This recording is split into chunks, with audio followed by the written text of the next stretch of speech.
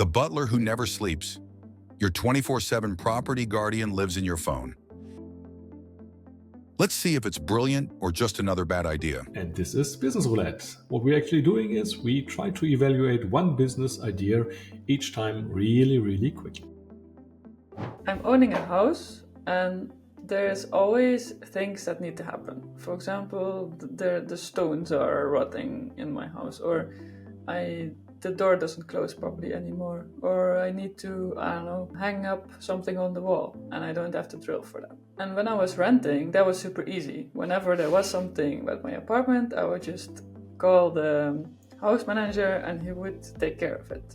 So what if you just create a service for homeowners to give exactly that, so that you can just send them a message, or maybe it's an app, I don't know. Then they just take care of your problem, just take care of everything with the people who can actually solve that issue.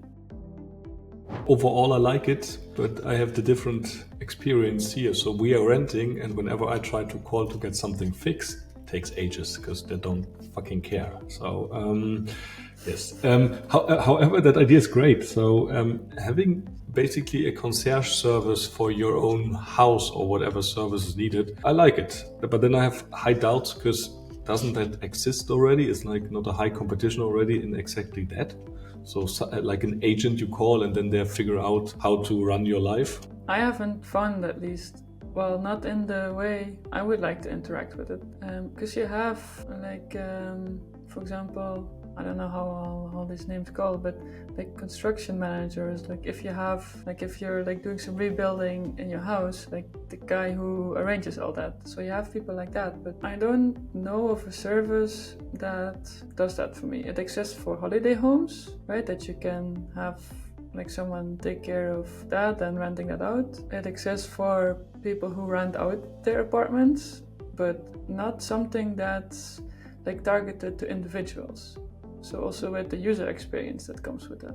I also see on you call it Gen Z domain, there is a high demand for that. How do you get the people working for you? So those plumbers, painters, I don't know, the guys who can actually help you get your house back in shape. How do you get those people? Well, for example, now what I do is I try to figure out what type of person I need, and there's platforms where you can already post these jobs, basically hey, I have this problem, and then there's people who can respond to that they can do that and make you an offer. So there is platforms where you can do that. And just I'm missing that last step. I still have to take care of everything myself, the communication, explain what's needed, arrange them visiting. It's a lot of work. I don't want to do that. I just want to have someone who takes care of that. You could do it like that. So the good thing is there is platforms where you could make use of that already has all these people attached to it.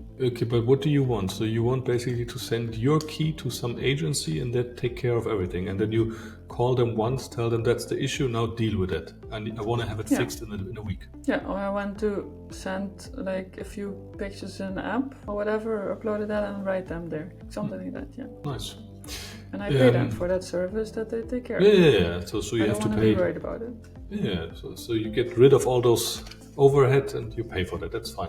Cool. How do you gain trust with your platform and this idea? Because sending someone the key to your house is it's a high level of trust. True. No answer. Because up to here I really like that idea, but now the final steps.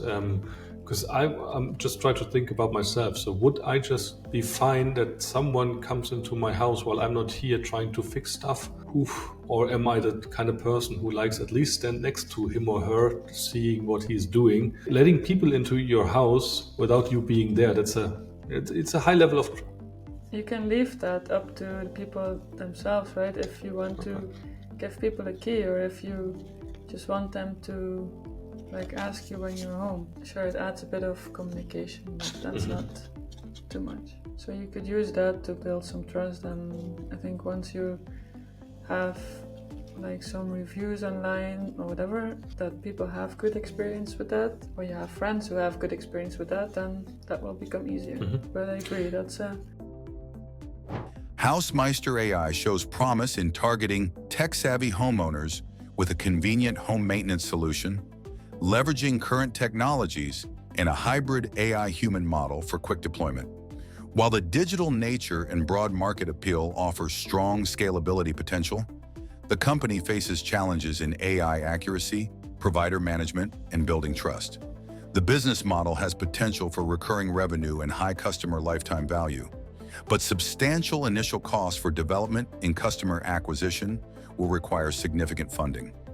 Success will hinge on effectively managing these challenges while capitalizing on the advantages of popular messaging platforms and potential word-of-mouth growth. I like it. We should deep dive into that one. How about you? I also like it. I would like to use it myself, so. Nice. It's already good having the pain by yourself. Now we only need to find 2 million other people having the same pain and the willingness to pay an upside for that service. Yeah. And now we are happy that we can pitch your idea, which is probably better than ours. So send it to us and we will kill it or make it happen.